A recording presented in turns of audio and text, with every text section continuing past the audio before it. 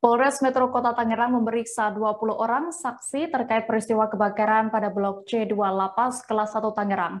Dari 20 orang saksi yang diperiksa, 2 petugas lapas akan melanjutkan pemeriksaan lanjutan yang akan dilakukan oleh Polda Metro Jaya. Di sisi lain, Komnas HAM meminta agar penyelidikan penyebab kebakaran dilakukan secara objektif dan transparan. Kabar selengkapnya akan disampaikan rekan jurnalis dari Warta Kota, Gilbert Sam Sandro, yang kini sudah terhubung bersama kami. Halo, Gilbert. Ya, baik ya. Gilbert, bisa Anda sebutkan, informasikan siapa saja 2 orang petugas lapas yang dipanggil oleh tim dari Polda Metro Jaya untuk melakukan pemeriksaan lanjutan? Ya, baik dia. Menurut keterangan dari Kalapas Kelas 1 Kota Tangerang, yaitu Victor Teguh Prihartono, 2 orang yang melakukan pemeriksaan lanjutan di Polda Metro Jaya itu adalah satu kepala lapas dan satu orang petugas jaga, dan satu lagi itu adalah komandan regu atau kepala regu yang melakukan penjagaan di lokasi titik terjadinya kebakaran tersebut. Ya. Oke, lalu untuk total keseluruhan berapa orang saksi dari lapas yang dipanggil kepolisian Polres Metro Kota Tangerang, Gilbert? Untuk keseluruhan sebenarnya kemarin Polres Metro Kota Tangerang sudah melakukan pemeriksaan kepada 20 orang saksi terkait peristiwa kebakaran pada Blok C2 di Lapas Kelas 1 Kota Tangerang tersebut. Pemeriksaan itu dilakukan sampai malam hari dan di situ baru diketahui diputuskan ada 2 orang yang akan melakukan pemeriksaan lanjutan di Polda Metro Jaya. Dan untuk pembagiannya dari 20 orang yang menjadi saksi itu dari petugas lapas sendiri ada 13 orang dan 7 orang lainnya adalah warga binaan yang berada di Lapas Kelas 1 Kota Tangerang tersebut ya.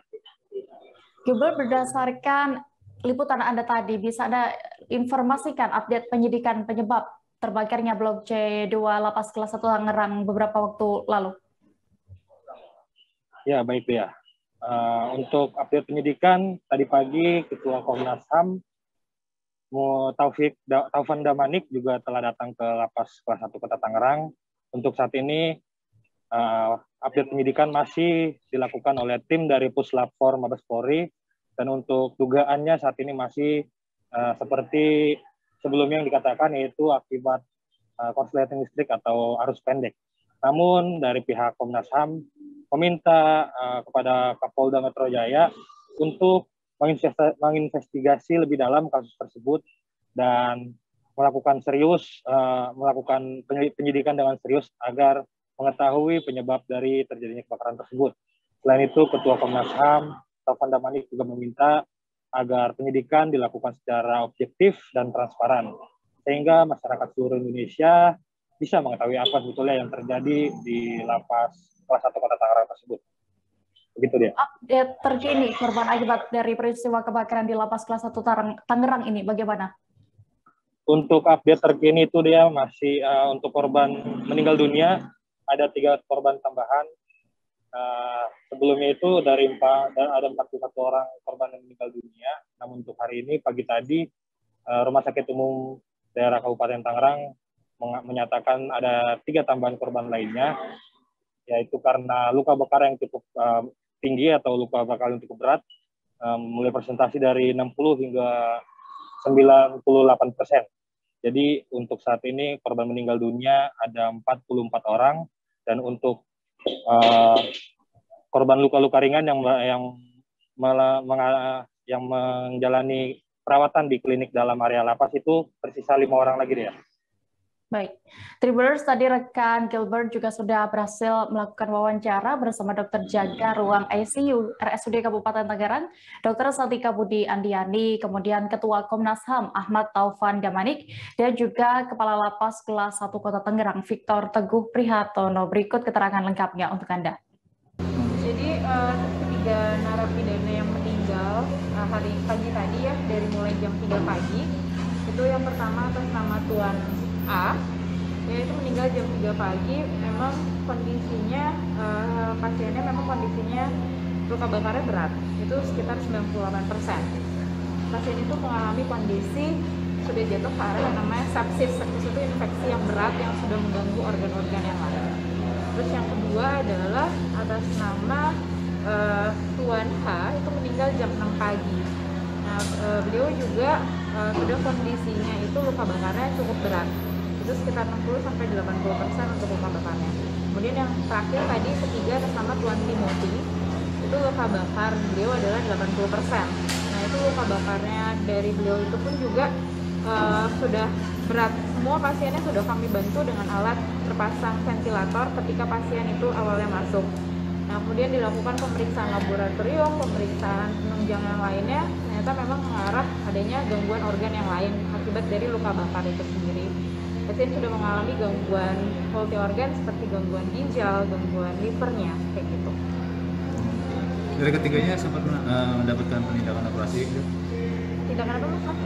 Operasi. Oh, kemarin itu karena kan kondisi awal masuk itu kondisinya shock berat pasiennya, jadi kita atasi dulu tata laksana shocknya pasien, rehidrasi cairan kayak gitu, terus kemudian kita berikan obat buat penopang jantungnya pasien seperti norepinefrin, dubutamin. Nah, ketika kondisinya itu stabil, rencana hari ini memang kita lakukan operasi. Nah, cuman ketiga pasien itu belum sempat kami lakukan tindakan operasi. Yang kondisi yang lain ada 4 yang lagi kami perawatan. Di sini rencana hari ini mau dilakukan tindakan operasi. Kondisinya yang korban meninggal itu sebelumnya sadar atau memang sudah tidak sadar? Awal pertama kali saya masuk semuanya sadar pasiennya. Investigasi yang lebih mendalam, ya tentu kita sudah kontak juga dengan Kapolda untuk benar-benar melakukan satu penyelidikan yang serius, mendalam, ya, untuk mencari penyebab kenapa ini terjadi. Misalnya. Untuk sementara dikatakan bahwa ada korsleting listrik, tapi kepolisian kami minta untuk melakukan satu penyidikan yang lebih mendalam, lebih objektif dan transparan sehingga semua kita masyarakat Indonesia ini tahu apa sebetulnya yang terjadi. Ya, setelah mengetahui permasalahan yang sudah Pak Kalapas jelaskan, masalah overcapacity, kemudian infrastruktur, apa yang kemudian mungkin Komnas HAM solusinya atau mungkin harapannya gimana? Selama ini sebenarnya kita sudah pernah, tadi saya katakan ada MOU ya, Komnas HAM dengan Dirjen Lapas dan Menteri Hukum dan HAM. Salah satu tujuan dari MOU itu adalah untuk pembenahan sistem lapas di seluruh Indonesia. Ya. Masalah yang paling besar memang soal bagaimana mengatasi overcapacity. Jadi saya katakan soal overcapacity ini dia sistemik, dia paling dia juga berhubungan langsung dengan sistem pemidana. Sebagai contoh misalnya ya, orang-orang yang sebetulnya dia pengguna narkoba, kan dalam sistem pemidanaan kita dia dipenjarakan sekian bulan atau sekian lama gitu, dan jumlahnya besar sekali di seluruh Indonesia, sehingga itu membuat overcapacity.